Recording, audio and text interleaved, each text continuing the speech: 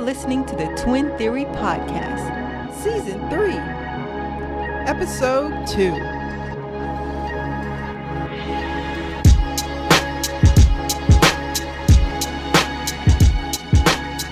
Welcome back, everyone. This is the Twin Theory Podcast. Yes, and we're on Season 3. Season 3. This is Season 3, Episode 2. And as we mentioned last time, doing it a little bit different this season, analyzing twins and twin stories and, twin journeys. And so just a little different this season. Absolutely. And if you listened into our first episode, you got to walk through a interesting experience with us as we discussed the silent twins. So hopefully today we have another fun and interesting one for you. So Court, did you want to explain it this time? I know last time I talked about the silent twins. I'll let you dive into a little bit of the backstory for today. We are talking about the identical twins from the documentary Tell Me Who I Am, which is on Netflix.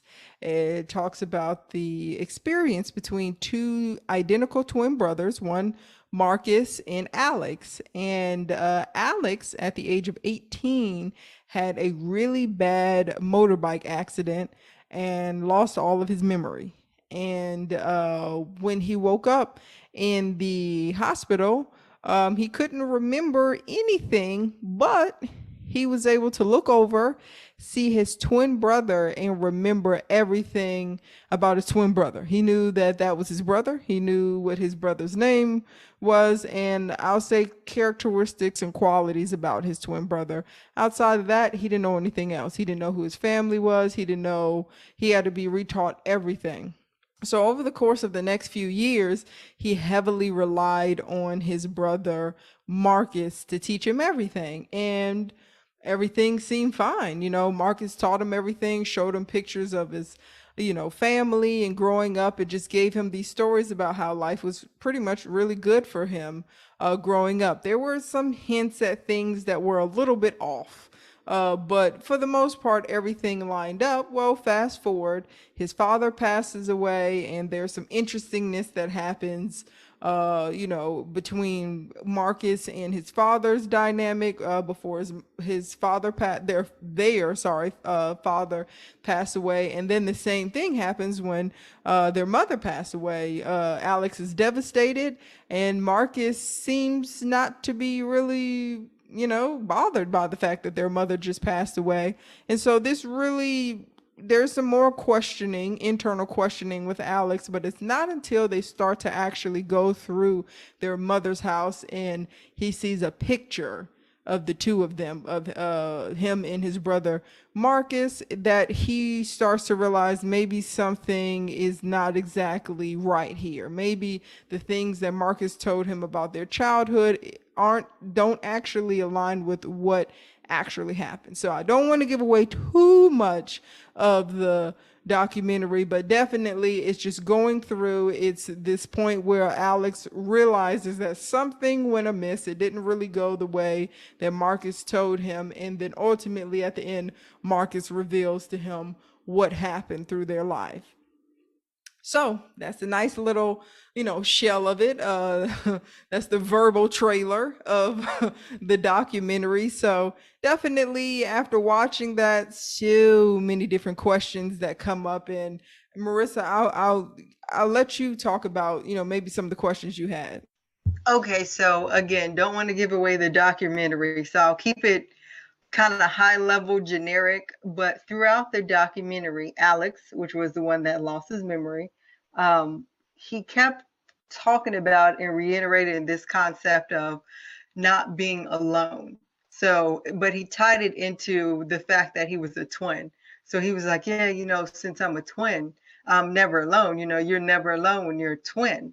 And so it kind of made me think a bit like, well, as a twin, have I ever felt alone? And what do you think about twins in the concept of being alone? Can twins actually be alone?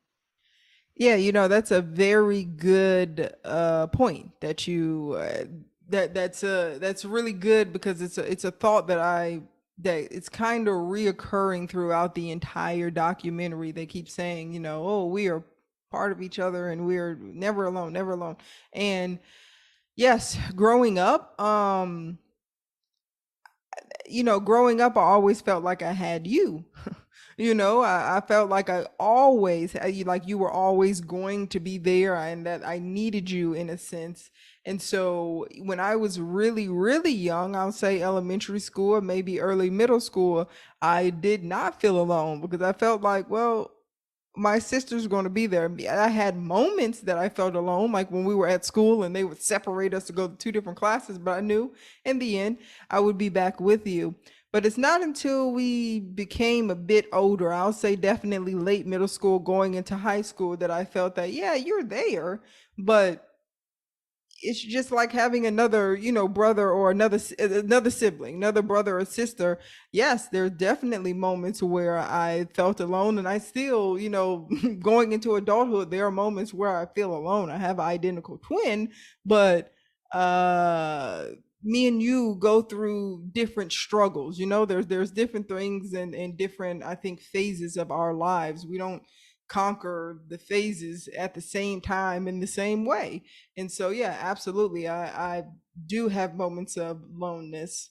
Yeah, I was thinking the same thing when he said that. I was like, I mean, maybe depending on the set of twins you ask, they might not feel like, they're ever alone because they have each other. But I mean, when we are together, especially when we live together, our rooms are only a couple feet apart, but there's still times where, we could be in the same house and I feel alone. And we're twins, yes. But, I still, as you said, have things that I go through that you might not go through, or we go through things at a different time. And even though I know that I can talk to you and that you can get it or understand it to a degree, yeah, I feel like just because I have you as my twin, I can feel alone sometimes. So I don't know. Maybe it's just us. Maybe it's our set. Maybe if you asked another set, they might not say the same thing. But for us, I thought it was an interesting concept he kept mentioning in terms of twins and being alone. So yeah. Yeah, and to just kind of, I guess, in that point, or that thought that I have in my head, is that, physically being alone, maybe as a twin, definitely growing up is not a thing unless there's some really interesting circumstance that separates you and your twin. You're physically most likely going to be with that twin your entire life, until you get to a point like us where maybe we branch out, go to college, that sort of thing, and then, hey, years later we reconnected, we live together. But physically being with somebody does not mean that mentally you're you feel like you're with someone or somebody is there. You can still be alone mentally if, and that person be sitting right beside you physically. So definitely, to answer that question a little more clearly, definitely, I think that even though we are identical twins, and there are identical twins out there, that there are absolutely chances for them to feel alone. So that was a good question, and it's definitely something that was, kind of reiterated throughout the entire documentary. That, and also the mentions of their parts of each other, or pieces of each other, almost like you're a part of me and you're my other half. And you hear that a lot, but they really, really kind of, Alex definitely, kind of really made that a point a lot, because he used it as part of his reasoning into really trusting and believing in Marcus and understanding Marcus, is because he felt like they were both that close and they had that level of closeness. But I think that his own hypothesis was proven wrong in the show, if apparently they were that close, but Marcus was withholding information from him. So that was an interesting part of the show. Um, so getting to, I guess, kind of the next point. Um, so there was some trauma that they suffered, and Marcus decided, he was not going to reveal that information to Alex, and he he mentioned it as a way of protecting him.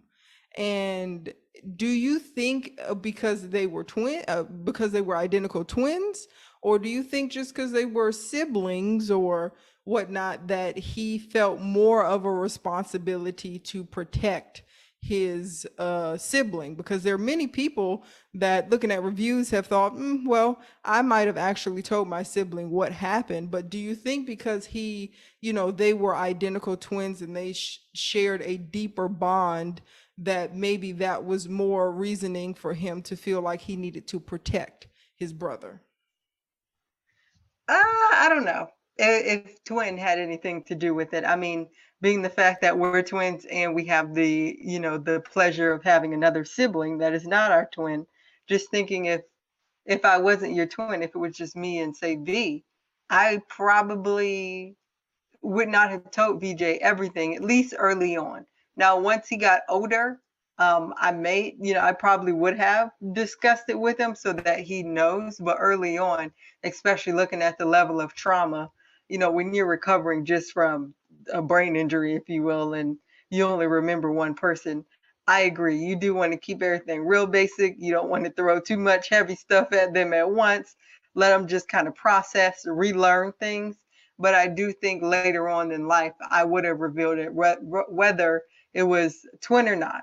So just out of, love for the sibling and wanting to make sure that they understand it. Now, I say that in a mind not having gone through the type of trauma that Marcus had, because had I gone through that type of trauma, maybe I would have done the same thing as him and not wanted to reveal it, because revealing it to his brother and to Alex brings up certain feelings within himself. So either way, whether twin or not, I think that I would have initially started by not mentioning anything about it. I would have just kept it real high level. This is your name. This is who we are.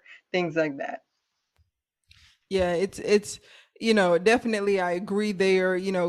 When he first came to, even being 18, I definitely think I would have fed him a nice story, or I would have fed you, sorry, a nice story. And but at some point in time, Alex started to look at the writings on the wall. There were things that were being presented to him that made him wonder. And the thing is, it wasn't until 20 years later, their mother died when they were 32. And when this was shot, they're 52, 54. It was at least 20 years later. So, over a 20-year time span, your twin is living with the thought of, hey, something has happened. I know something has happened bad, and my twin is not telling me what happened. What if Alex had passed away and never found out, what happened? There's so many circumstances where I definitely, once you become a little older and you have some understanding, I think there's ways to talk about it. Hey, let's go to therapy and let's talk about what really happened, when we were younger. But even looking at that, it makes me wonder about going back to that protectiveness when it comes to a twin dynamic. When you look at a regular sibling dynamic, normally the older sibling is the more protective one, right? Of the younger sibling. But when it comes to a twin dynamic, do you think that one twin could be more protective of the other, or do you think it's kind of a mutual, equal kind of sharedness when it comes to protectiveness? I think it depends on the set of twins that you ask, right? Because if it's you and me, I think emotionally, I'm more to jump in, if I could see it's going to have an emotional impact on you. Whereas for you, I feel like a physical impact. If somebody's about to come at me, you physically might pop out there. So it just depends on the set of twins. Um, so I don't know if it's the older versus younger, at least with us. So in this, I think it's specific to our personalities, but yeah, I don't know if it's older versus younger. If somebody's kind of coming at you, I know physically you can handle it, so I don't have to worry about it. But if somebody's, if there seems to be some sort of emotional trauma that could come your way, or I feel like I can protect you in some way in that realm, I will. And I know for me, okay, you might emotionally for me, but emotionally I'm good. But if somebody starts swinging at me, I'm pretty confident you're going to pop out in front of me. So it just depends on the level of protection we're talking about. And I think it depends on the set of twins too. So you pretty much saying I'ma throw them hands if somebody come at you the wrong way. I've seen it happen before in elementary school, but that's for another podcast. Oh, okay, okay. I mean, that is a good perspective, and going back to, yes, personality types. Me and you do have two different personalities, and so maybe our ways of protecting each other come in different ways. Where I am more of an aggressive person, not in it all the time, but when needed, I can go there. So that's a good. Whereas you bring on a lot more of the emotional, the emotional logic side of it, and help and care and that sort of thing. So yeah, I could definitely see how the protectiveness could be split in that view.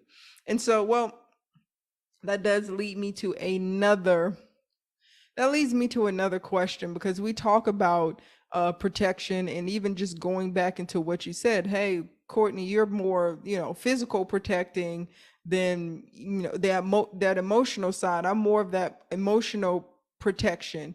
So it makes me wonder, in a position like this, if we were ever in a position like this, well, maybe I would tell you after a while, because I figure it's something that you need to know, regardless of how bad or drastic or traumatic the experience was. But maybe you looking at me and you understanding the emotional toll that it has on you and what emotional toll it could potentially have on me, you might protect me and not give me everything.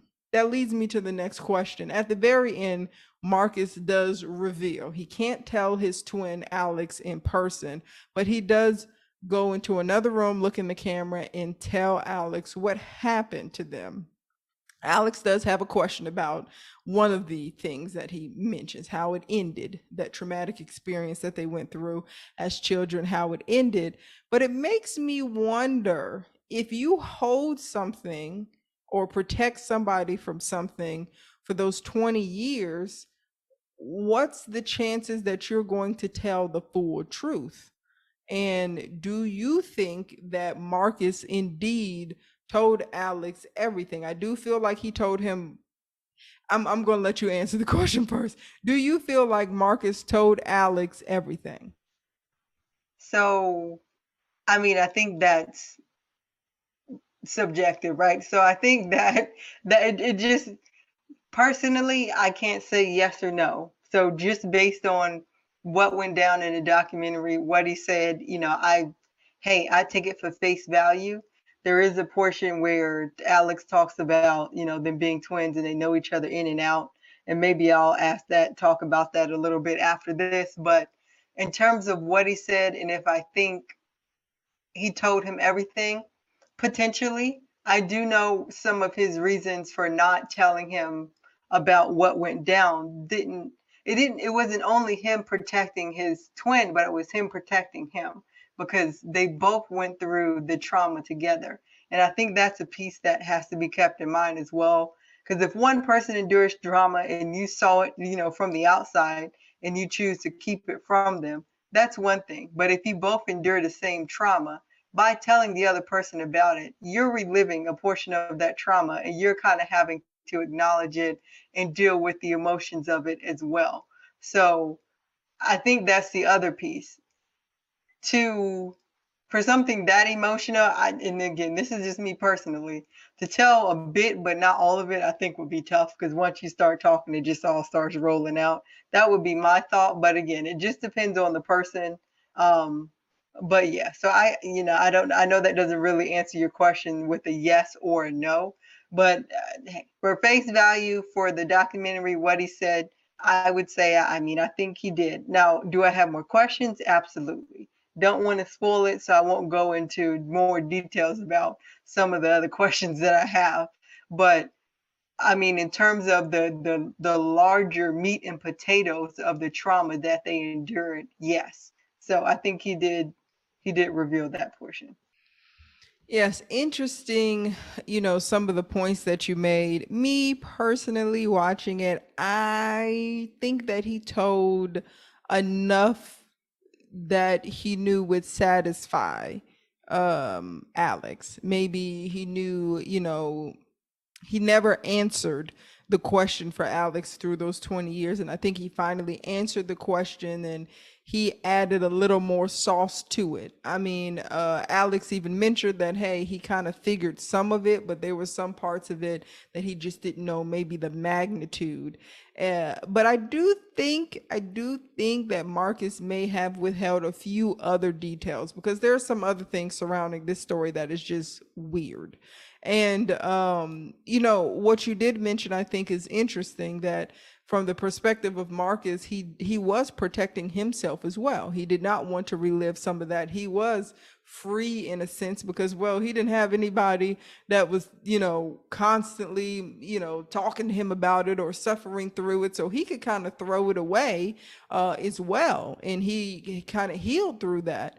But I think there is another point, looking at Alex's perspective or just looking at this perspective from the outside, going that when somebody encounters some sort of trauma, whether they, and this is a thesis question really, whether they remember that trauma or not, is there potential effects that could happen from that trauma? We know if they remember that experienced trauma, that they and it's not treated, that there are effects that will come from that. But if they experience trauma, not just something that happened quickly, but something that happened over years and years and years of time, like, does that potentially down the road, whether they remember it or not, here in Alex's position, does that have some type of effect?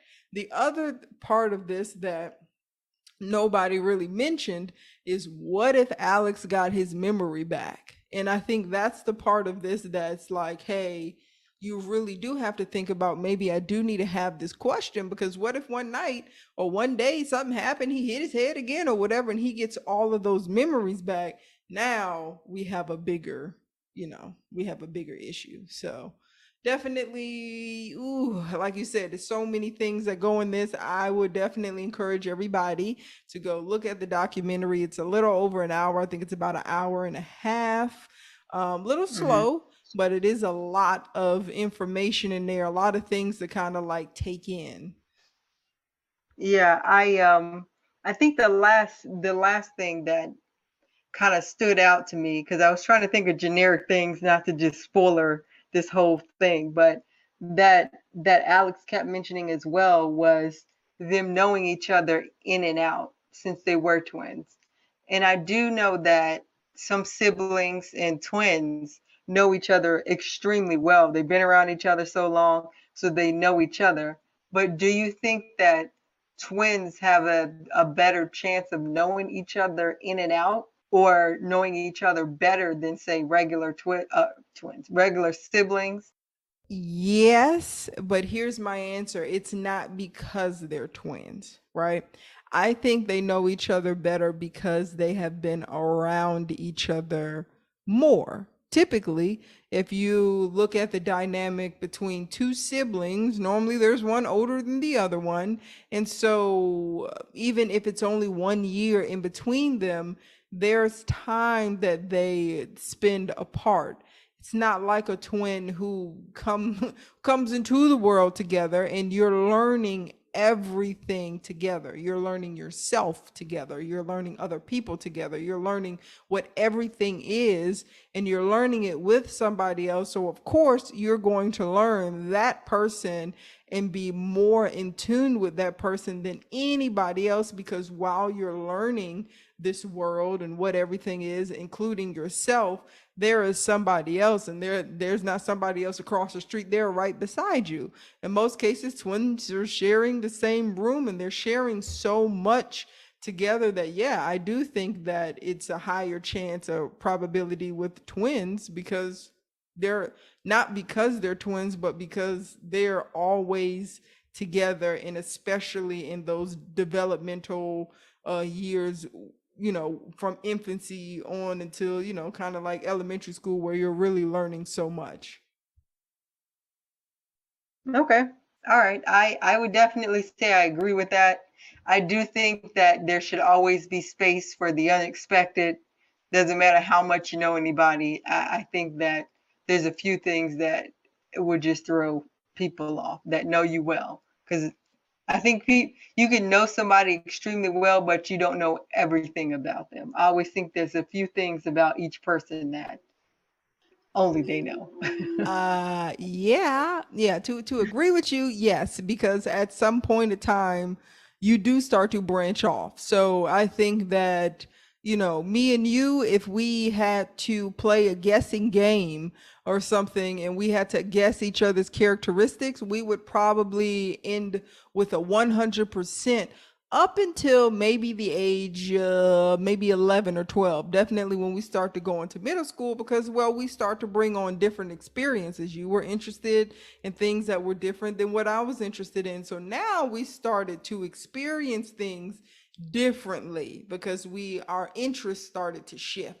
So absolutely, at that point in time, I think, if we start playing the guessing game in middle school, we might not have 100%. We might have had about a 90%. And then as we got on and on and on, definitely on to college now, it really is a guessing game. I think I got about 50% down, and the other 50% is for the Lord. I don't know. So, yeah, to answer your question, yes, I do think that they were very close. And I think that they were very close because they were forced. And again, don't want to reveal too much, but they were kind of forced to be together even past those separation years. They were kind of really forced to be together. So yeah, for them, they definitely were in tune with each other. Okay. Okay. Well, this was definitely a good one to discuss. We're gonna have to pick it up next month. I feel like it's easy to find these twin trauma interesting stories. Everybody love that. We gotta, if y'all know of any stories of any twins that are multi-billionaires somehow, let us know. A piece, they both billionaires. Just let us know. Maybe we need to look that one up for the next one to pick this up. We had the silent twins and we had Tell Me Who I Am, but I guess that's interesting all in itself. You can always find the weird, mysterious kind of twin stuff. I think people get really fascinated with that. So you can always search that down. So we'll have to try and sprinkle in a fun one next time. Yeah, Yeah. definitely. I think it was a good one. It was good documentary to watch again. Tell Me Who I Am on Netflix. If you got some time, about 90 minutes, go check it out, and send us an email. Shoot us and let us know, what you think. Our email is twintheorypodcasters@gmail.com. We have Instagram, Twin Theory Podcast.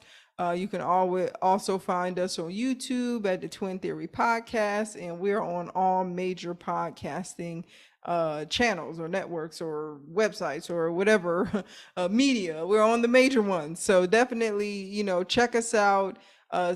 Shoot us some comments. We definitely read all your comments, and if you have any twins in mind, not we say we go on mainstream, but at the same time we kind of want to pick some twins that everybody is not so much of a household name, but definitely if you have some stories or anything that you want to pass on to us, some local news or something about some twins. I got a thought about one, Risk, that I'm gonna send to you. It's not cheery though, it's not a happy, but it's not a bad one. It's just a very weird, quirky one. So definitely. But you all have a great one. I hope you all have had a great summer. We are getting towards the end of the summer. So if you didn't soak up the sun, you probably only got a few more weeks left. You probably should go do that. For y'all that are back in school, have fun, keep your mask on, and we will talk to you all next month. See you next month.